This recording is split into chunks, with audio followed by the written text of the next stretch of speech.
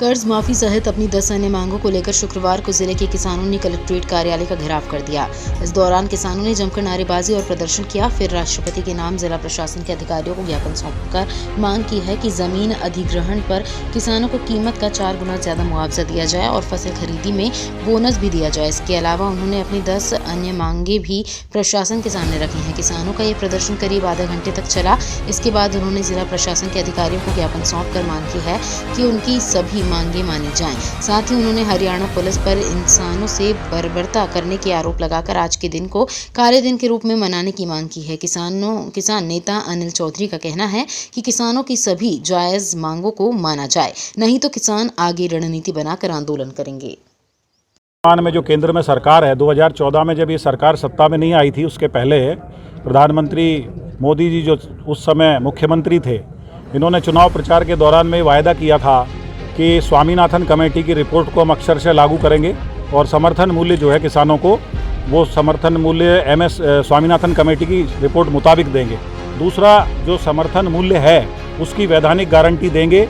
ये जो है चीफ मिनिस्टर्स की एक जो है कमेटी बनी थी, उसकी अध्यक्षता करते हुए मनमोहन सिंह को इन्होंने सिफारिश की। तो हमारी मांग है कि जो समर्थन मूल्य पे 23 अधिसूचित फसलें सरकार जिनका समर्थन मूल्य घोषित करती है, उनको समर्थन मूल्य पर हम बेच सकें, इस बात की वैधानिक गारंटी हो। समर्थन मूल्य से नीचे कोई भी व्यापारी उसकी बोली न लगाए।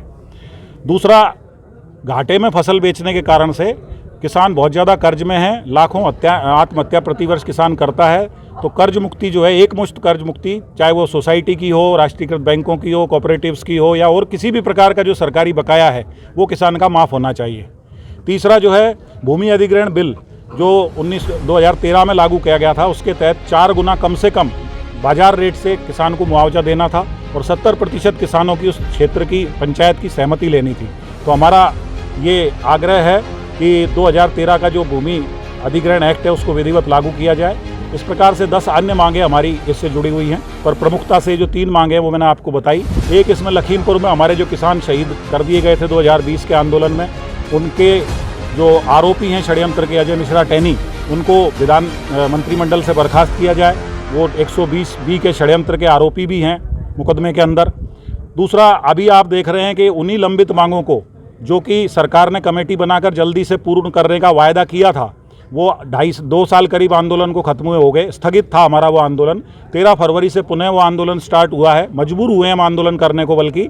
और जब किसान पंजाब, हरियाणा से, कर्नाटक से, महाराष्ट्र से दिल्ली जंतर मंतर पर बैठने के लिए जा रहे थे, तो जो दक्षिण भारत के किसान हैं उनको वहाँ पर ट्रेनों से उतार लिया गया, कई दिन तक डिटेन रखा, जेल में रखा।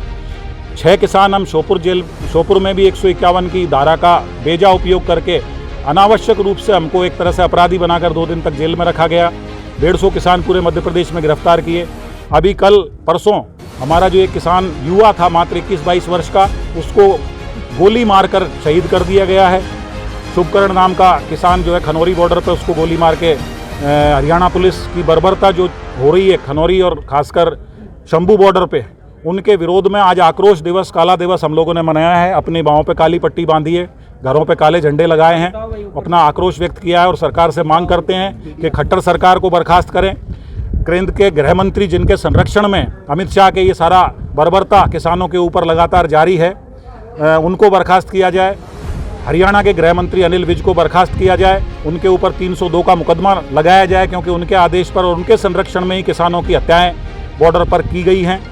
शुभकरण की हत्या का जिम्मेदार हरियाणा सरकार है और केंद्र का गृह मंत्री है, ये हमारा कहना है।